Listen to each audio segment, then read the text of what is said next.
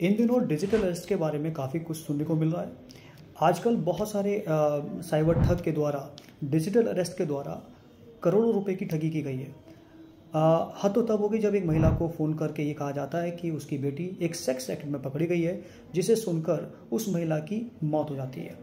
ये digital arrest क्या होता है? आज के दौर में ये डिजिटल ठग का एक नया हथियार बन गया है। चलिए जानते हैं डिजिटल अरेस्ट क्या होता है।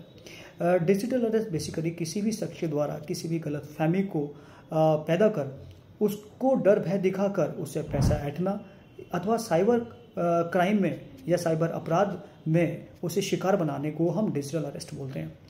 आज विशेषज्ञों का मानना है कि ये जो डिजिटल अरेस्ट है, ये डर भय दिखाकर इतना विश्वास दिला दिया जाता है सामने वाले को कि जो वह बोला है वह असलियत है, और जो सामने वाला व्यक्ति होता है वह उस पर ब्लाइंड ट्रस्ट कर जाता है कि मेरे और मेरे परिवार के किसी सदस्य के साथ या तो बुरा हो चुका है या बुरा होने वाला है, जिसके लिए पुलिस, सीबीआई या ईडी उसकी को गिरफ्तार करने आने वाली है, और वह डर जाता है। इस दौरान वो इस साइबर ठग इतना विश्वास दिला देता है कि वह सामने वाला व्यक्ति उसकी हर बात मानने को तैयार हो जाता है। ये डिजिटल अरेस्ट कहलाता है। डिजिटल अरेस्ट की पहचान कैसे करें? देखिए, डिजिटल अरेस्ट के दौरान आपको हमेशा एक फ़ोन कॉल आता है। उस फ़ोन कॉल करने वाले जो व्यक्ति होता है वह आपको विश्वास दिलाने के लिए पुलिस की वर्दी में होगा या किसी अधिकारी का ऑफिस दिखाएगा या आपको अपना आई कार्ड दिखाएगा, जिसकी वजह से आप उस पर विश्वास कर लेते हैं और एक साइबर ठग का शिकार बन जाते हैं। सबसे ज़रूरी बात होती है कि ऐसे व्यक्ति आपको ये बोलते हैं कि आप किसी को भी इसकी जो अभी हम लोग बातचीत कर रहे हैं, इसकी किसी प्रकार की जानकारी किसी को नहीं बताएंगे, और आपको फ़ोन डिस्कनेक्ट करने से मना करता है। इस तरह की किसी भी तरह की एक्टिविटी अगर आपके साथ होती है तो आप समझ जाइए कि आपके साथ डिजिटल अरेस्ट जैसी घटना होने वाली है। डिजिटल अरेस्ट से बचा कैसे जाए? अनजान कॉल जब भी आती हैं तो आप उससे जब बात करते हैं तो आपको पहचान होना चाहिए कि इस तरह की कोई भी एक्टिविटी आपको देखने को मिलती है जो मैंने अभी आपको बताई है, उसमें आपको अपना फ़ोन डिस्कनेक्ट कर देना चाहिए।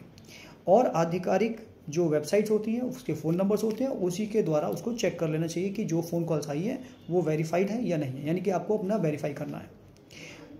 सबसे ज़रूरी बात है कि किसी भी तरह की आप अपनी पर्सनल डिटेल, इंपॉर्टेंट डिटेल्स उसको शेयर ना करें, जैसे पैन नंबर, आधार कार्ड नंबर, इस तरह की किसी भी तरह की कोई चीज़ आप उसके साथ शेयर ना करें। खासतौर से OTP जैसी चीज़ें बिल्कुल शेयर ना करें।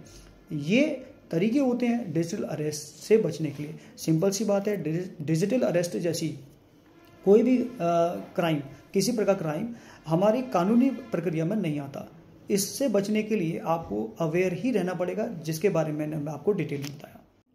किसी भी प्रकार की साइबर अपराध होने पर या डिजिटल अरेस्ट होने पर, जिसमें फ्रॉड फ़ोन कॉल्स आती हैं, तुरंत आपको साइबर सेल की एक हेल्पलाइन नंबर दिया गया है 1930, उस पर आपको सूचना देनी चाहिए और हेल्प लेनी चाहिए। साथ ही साइबर सेल की अपनी एक वेबसाइट है www.cybercrime.gov.in पर भी आप सूचना दे सकते हैं, और आप पुलिस स्टेशन से भी जाकर हेल्प ले सकते हैं।